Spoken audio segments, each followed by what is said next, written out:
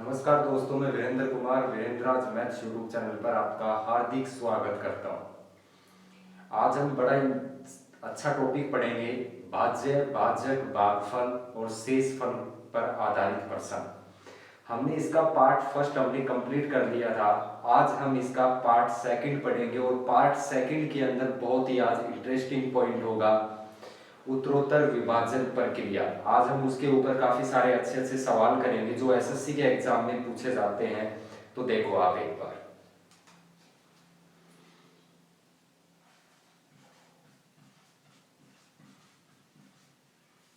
उत्तरोत्तर या लगातार विभाजन प्रक्रिया।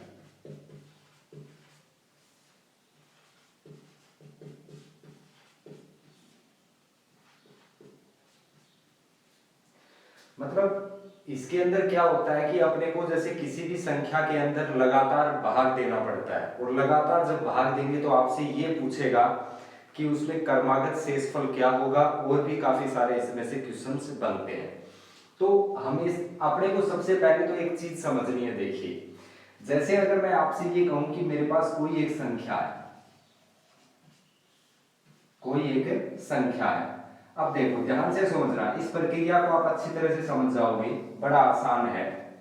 अब देखो, इस साइड मैं यहां पर लिखूंगा शेष, और इस साइड अपने पास आ जाएंगे भाजक। तो मैं मान लो किसी भी संख्या में अगर d1 का भाग दे रहा हूं, तो d1 यहां पर क्या है, ये इस साइड वाले भाजक है बेटा, ये क्या है, भाजक। अब किसी भी संख्या में अगर मैं d1 का भाग दे रहा हूं, तो मेरे पास यहां पर आ जाएगा भागफल फर्स्ट, यहां पर आएगा भागफल, और भागफल कौन सा हो जाएगा, फर्स्ट हो जाएगा। तो यहां पर अपने पास बच जाएगा शेषफल r1। अगर मैं मान लो इस भागफल में अगर मैं d2 का भाग दूं दूसरे भाजक का, तो यहां पर देखो ये आ जाएगा भागफल सेकंड, और शेषफल आ गया सेकंड। मतलब ये क्रमागत शेष आ रहे हैं मेरे पास। फिर अगर मैं d3 का भाग दूंगा तो फिर यहां पर क्या होगा, भागफल थर्ड आ जाएगा, और ये आ जाएगा r3। अब आप एक बात का हमेशा देखो ध्यान रखना, ये d1 d2 d3 होते हैं यहां पर भाजक, और r1 r2 और r3 क्या हो जाएंगे, ये क्रमागत शेष। इसको मैं बोलूंगा क्रमागत शेष। क्लियर। अब यहां पर देखिए कि काफी बार सवाल के अंदर क्रमागत शेष भी पूछ सकता है, और काफी बार सवाल के अंदर आपसे संख्या भी पूछ सकता है। तो ये संख्या कैसे निकलेगी, ये हम हमारी सबसे पहले तो हम क्रमागत शेष पढ़ेंगे, उसके बाद हम ये संख्या भी निकालेंगे, ठीक है। अगर चलो मैं आपसे एक एग्जांपल जैसे एक एग्जांपल है अपने पास, अगर मैं आपसे ये कहूं कि कोई भी संख्या है, एक संख्या 343 में 5 6 7 से लगातार भाग देने पर, से लगातार भाग देने पर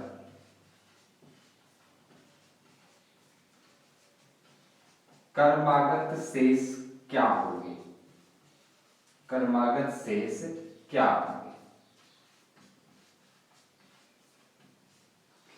देखो, छोटा सा एग्जांपल है कि कोई भी एक संख्या है, उसमें अपने को 5 6 7 से लगातार भाग देने पर तो अपने को पूछा जा रहा है क्रमागत शेष क्या होंगे। तो अपने को संख्या देगी, लेकिन अपने को r1 और r2 और r3 निकालना है। तो देखो बड़ा आसान है, मैं आपसे ये कहूं, जैसे मैंने कहा कि कोई भी एक संख्या अपने पास है 343। अब 343 में अपने को भाग देना है, तो इस साइड तो मैं लिखूंगा यहाँ पर शेष। अब आप ये देखिए, 343 में सबसे पहले अपने को 5 का भाग देना है, तो आप कहोगे सर 6 बार गया, 5 6 के 30 हो गया, फिर 43 हो गया, 5 8 40। अब 68 बार चला गया, तो शेष कितना बचेगा बताओ, यहाँ पर 3 शेषफल आ जाएगा। क्लियर। उसके बाद किसका भाग देना है, 6 का। अब 68 में अगर मैं 6 का भाग दूंगा तो आप कहोगे सर 11 बार जाएगा, बिल्कुल 11 6 66 होता है, शेषफल 2 आ जाएगा। क्लियर। उसके बाद अपने को 7 का भाग देना है, तो 7 एकम कितना हो जाएगा, 7, तो यानी एक बार जा रहा है, तो शेषफल कितना बचेगा अपने पास, 4।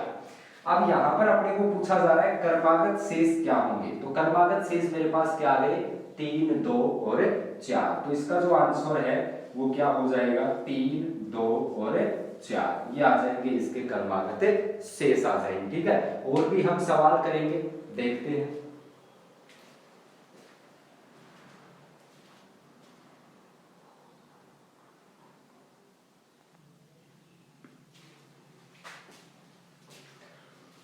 अपना अगला सवाल है 242 में 8 और 9 से लगातार भाग देने पर क्रमागत शेष क्या होंगे। तो इस सवाल में भी अपने को क्रमागत शेष पूछा जा रहा है। तो देखो संख्या होगी 242 बेटा, देखो किसका भाग दिया जा रहा है, 8 और 9 का, तो ये देखो ये होते हैं भाजक, और इस साइड में अपने पास आ जाएंगे शेष।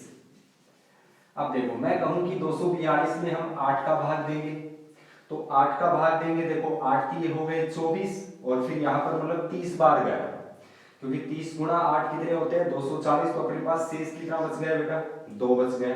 अब अपने को 9 का भाग देना है, तो 9 का भाग 30 में कितनी बार जा रहा है, आप कहोगे सर 3 बार जा रहा है, 9 3 27, तो अपने पास शेष कितना आ गया, 3। अब आप अपने पास ये पूछा है कि क्रमागत शेष क्या होंगे, तो अपना जो आंसर आया वो क्या आ जाएगा, 2 और 3, तो 2 और 3 क्या हो जाएंगे यहाँ पर क्रमागत शेष हो जाएंगे। क्लियर, तो इसका आंसर आ जाएगा 2 और 3।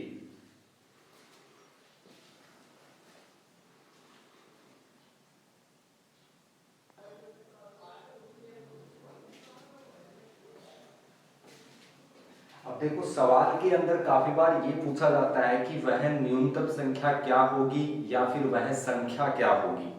तो मैंने आपसे कहा था कि वो संख्या निकालेंगे तो उसमें किस टाइप के सवाल पूछे जाएंगे और कौन सा नियम हम वहां पर फॉलो करेंगे। तो एक चीज का थोड़ा सा ध्यान रखना, देखो अगर आपसे ये पूछा जाए कि वह संख्या क्या होगी, मतलब संख्या ज्ञात करने के लिए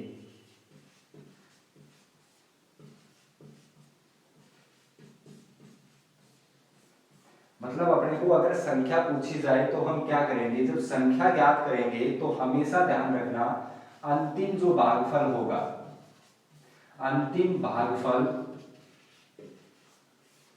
को 1 मानकर करेंगे, अंतिम भागफल को क्या करेंगे, 1 मानकर ज्ञात करेंगे।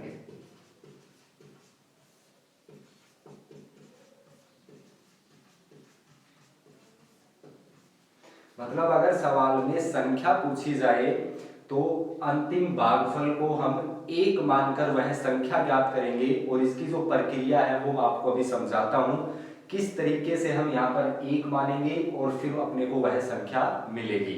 तो देखना आप एक बार, हम एक छोटा सा एग्जांपल लेते हैं। सबसे पहले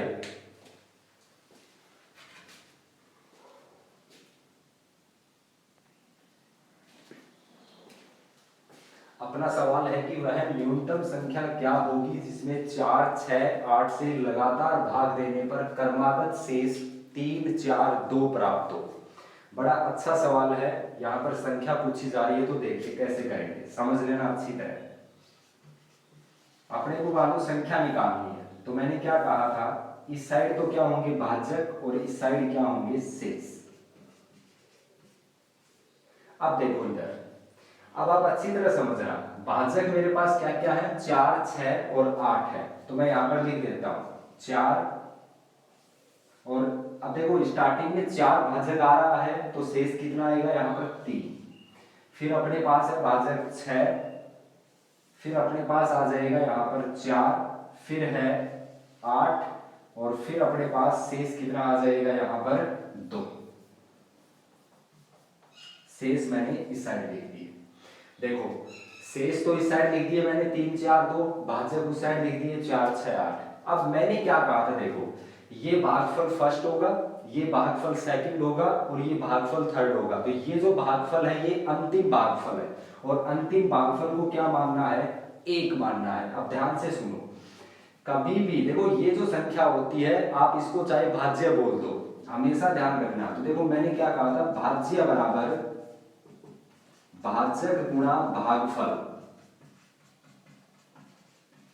भाजक गुणा भागफल, और प्लस में क्या हो जाएगा, शेषफल। तो अब देखो इधर, तो मतलब ये संख्या निकालने के लिए क्या करेंगे कि भाजक को भागफल से गुणा करेंगे और उसमें शेष जोड़ देंगे, तो अपने को वो संख्या मिलती रहेगी। तो देखिए मैंने क्या कहा था, अंतिम भागफल को 1 मानना है तो 8 को मैं 1 से गुणा करूं, तो 8 को 1 से गुणा किया तो कितना आया, 8 आ गया, और शेष जोड़ोगे तो 8 और 2 कितने हो गए, 10। अब अपने को ये मिल गया। अब यहाँ पर देखिए 6 को 10 से गुणा करो, अब भाजक कितना है, 6 को 10 से गुणा किया तो यहाँ पर कितने हो गए, 60, और 60 में मैं 4 जोड़ूंगा शेषफल तो कितने हो जाएंगे, 64। अब देखिए अब भाजक कितना है, 4 को 64 से गुणा करेंगे और प्लस का क्या कर देंगे, 3, तो अपने को क्या मिल जाएगी, वो संख्या मिल जाएगी। तो देखो संख्या अपने पास क्या हो जाएगी, 4 गुणा 64, और प्लस का शेषफल कितना हो जाएगा, 3। अब देखो 64 को 4 से गुणा करेंगे, 4 चौके 16, 4 छके 24 और 1 25, और प्लस का 3 जोड़ दो तो वह संख्या कितनी हो जाएगी बेटा, 259। तो वह न्यूनतम संख्या कितनी हो गई, 259। सुनो मैं दोबारा एक बार आपको बता देता हूं, मैंने अंतिम भागफल को 1 माना, इस साइड मैंने भाजक लिखे, इस साइड मैंने शेषफल लिखे जो सवाल में दिए हुए हैं। अब देखो मतलब ये संख्या निकालने के लिए क्या करेंगे कि भाजक को भागफल से गुणा किया मैंने, क्योंकि अंतिम भागफल 1 माना, तो 8 को 1 से किया 8 हो गया, फिर प्लस का शेष जोड़ा तो मेरे को ये मिल गया 10, फिर 6 को 10 से किया 4 जोड़ा 64, 64 को 4 से किया 3 जोड़ा तो मेरे को क्या मिल गई है, संख्या मिल गई। तो अपने को यही संख्या निकालनी थी, तो आंसर क्या आ जाएगा, 259। अच्छा एक चीज और बता दूं, अगर आपसे वो पूछा जाए कि ये भागफल क्या होगा, तो ये भागफल मेरे पास हो जाएगा 64, अगर ये भागफल पूछेगा तो हो जाएगा 10, और अंतिम भागफल तो हमने 1 ही माना था, ठीक है। लेकिन सवाल में अपने से संख्या पूछी है तो संख्या आ जाएगी 259। क्लियर, इस तरीके से।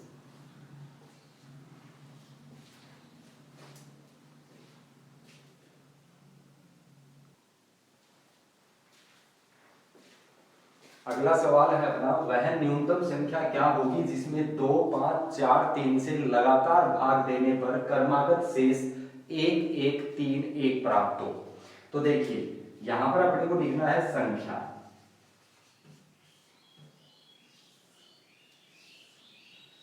इस साइड हो जाएंगे बेटा भाजक और इस साइड आ जाएंगे शेष। देखो तो भाजक क्या क्या है, 2 है, तो फिर शेष यहां पर कर दो 1, उसके बाद भाजक 5 है तो अपने पास शेष आ जाएगा 1, उसके बाद भाजक 4 है और शेष कितना है 3। क्लियर, उसके बाद अपने पास भाजक कितना है 3 और शेष कितना है 1।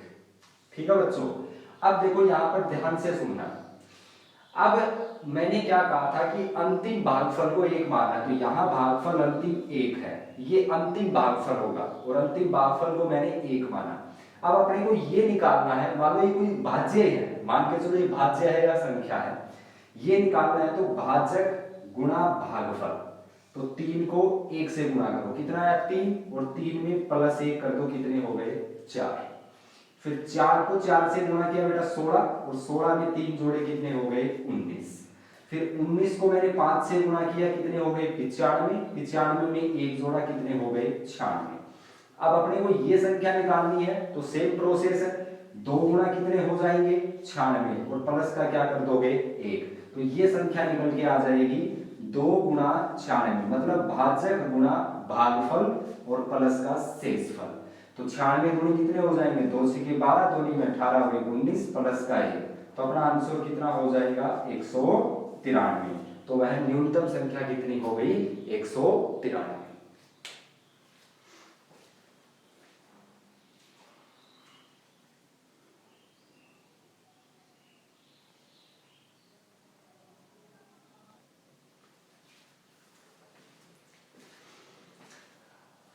अगला सवाल है अपना, बड़ा अच्छा क्वेश्चन है कि एक संख्या को लगातार 4 और 5 से भाग देने पर शेष 1, 4 प्राप्त होता है, उसी संख्या को लगातार 5 और 4 से भाग देंगे तो क्रमागत शेष क्या होगा। देखो सबसे पहला काम इस सवाल में करना क्या है, इस सवाल में पहले वाली कंडीशन से अपने को वह संख्या निकालनी है, और जब संख्या निकलेगी तो फिर हमने जो फर्स्ट जो क्वेश्चन पढ़ा था कि क्रमागत शेष कैसे ज्ञात करते हैं, तो सेम उसी तरीके से हम क्रमागत शेष ज्ञात कर देंगे।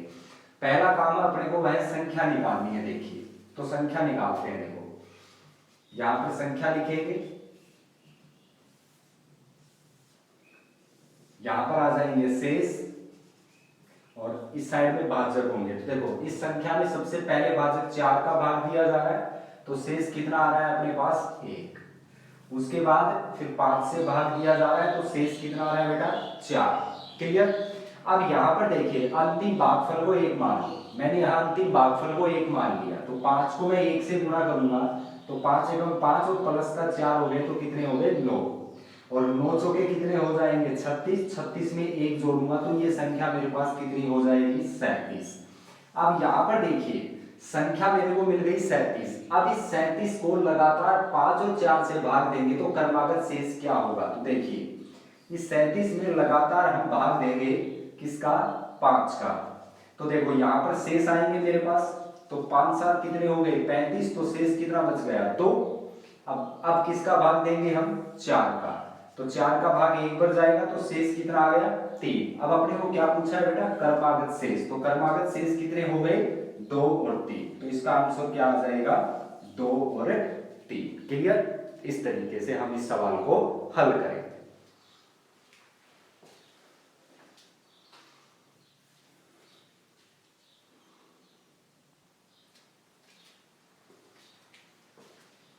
अगला सवाल है वह न्यूनतम संख्या क्या है, तो ये दे रखा है कि वह न्यूनतम संख्या जिसे 2 3 5 से लगातार भाग देने पर शेष 1 2 3 प्राप्त हो, यदि उसी संख्या को 7 से भाग देंगे तो शेषफल क्या होगा। मतलब हम सबसे पहले क्या करेंगे वह संख्या निकालेंगे, मतलब वह न्यूनतम संख्या, तो संख्या निकालेंगे तो देखो इधर इस साइड भाजक आ जाएंगे, इस साइड शेष हो जाएंगे। तो सबसे पहले देखो ये बोल रहा है कि 2 का भाग देंगे तो शेष मेरे को मिला 1, फिर ये बोल रहा है कि 3 का भाग देंगे तो शेष आ जाएगा कितना 2, फिर उसके बाद ये कह रहा है कि 5 का भाग देंगे तो शेष कितना हो गया 3। अब यहाँ अंतिम जो भागफल ये है तो अंतिम भागफल को मैंने 1 मान लिया, तो 5 को मैंने 1 से गुणा किया 5 और 5 में 3 जोड़ा कितने हो गए 8, 8 को मैंने 3 से गुणा किया 24 और 24 में 2 जोड़े कितने हो गए 26, 26 को मैंने 2 से गुणा किया कितने हो गए 52 और 52 में मैंने 1 जोड़ा तो वह संख्या कितनी हो गई 53। क्लियर। मतलब 26 दूनी 52 और 1 कितने हो गए 53, तो वह न्यूनतम संख्या कितनी आ गई बेटा 53। अब इस ये बोल रहा है कि 53 में 7 का भाग देंगे, तो 53 में 7 का भाग देंगे तो शेष कितना मिलेगा, देखो 7 7 कितने हो गए 49, तो बचे कितना शेष 4, तो अपना आंसर कितना हो जाएगा 4 आ जाएगा। क्लियर।